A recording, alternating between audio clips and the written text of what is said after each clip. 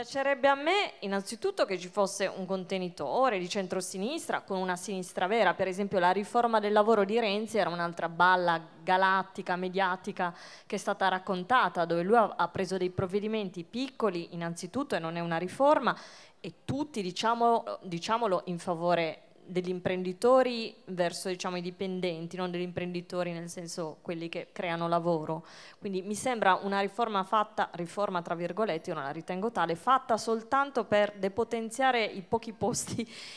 sicuri che ci sono già, mentre come diceva Mario, le partite IVA, le finte partite IVA, tutti i dipendenti che dovrebbero essere tali e sono partite IVA, tutta questa gente, i liberi professionisti, quelli che si inventano un lavoro, non hanno rappresentanza né politica né sindacale e certo non nella quella che lui chiama riforma del lavoro. No, Poletti mi ha detto, il ministro dello sviluppo economico mi ha detto che